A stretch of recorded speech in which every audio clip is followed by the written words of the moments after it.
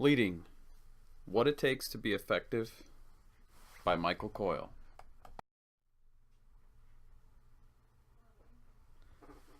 Likability.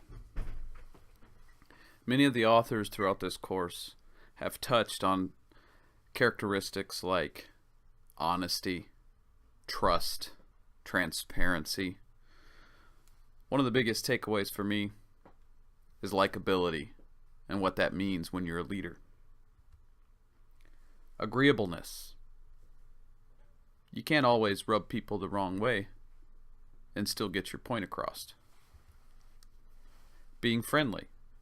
It's much easier to catch flies with honey than it is with vinegar, right? So ultimately, people liking you is going to help you to be more effective as a leader. Understanding. Being genuine.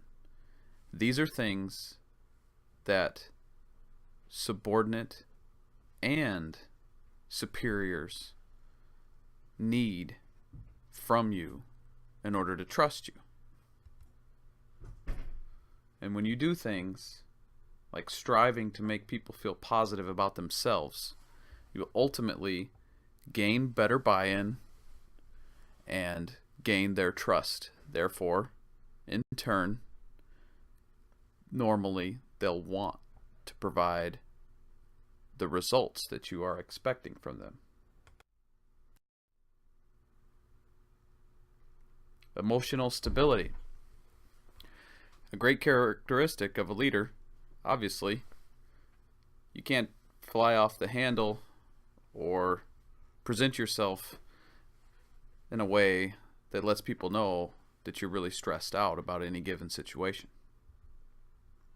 You need to be well adjusted, calm, secure, and handle stress well.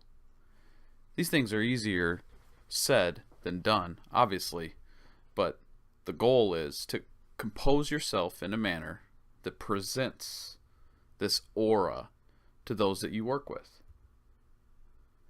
And ultimately, you need to be able to take criticism when it's given. Great leaders, in my opinion, will take criticism and do their best with that feedback to improve upon their own leadership style. Responsibility for relationships. This is my biggest takeaway from Drucker. You have to understand that everyone that you work with, they're all individuals. They have their strengths and they have their weaknesses. So, the second part, according to Drucker, is taking responsibility for communication. He gives a beautiful example of how tension in the workplace happens. People don't understand what their coworkers' expectations are, what they're working on, or what their goals are. And ultimately, it's your own fault because why? You simply haven't asked. So by asking, you'll usually get what you need.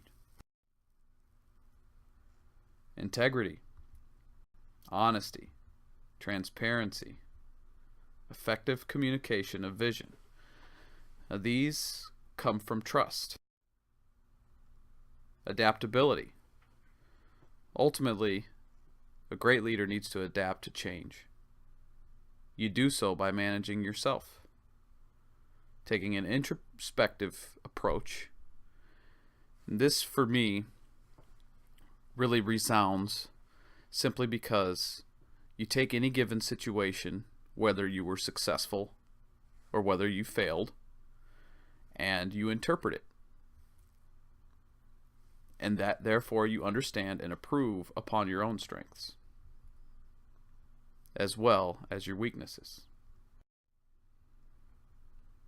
Application. Well, it's up to you. You take all of the information that you've gathered, Strength Finders, CPI 260, identify strengths, identify weaknesses, and attempt to improve upon them. Use these tools to your advantage, and ultimately you're going to continue to improve as a leader, becoming more and more effective. Reflection. Confirmation of my previously held beliefs that a great leader really needs to be introspective and identify strengths and weaknesses and improve upon them. What do my strengths mean?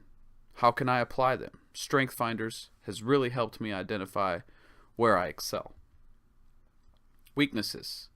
A couple of things really stand out for me through the CPI, and there are things that I need to improve upon, like self-control, social conformity, and utilizing empathy to my advantage. The references used throughout the program. The end. Thank you.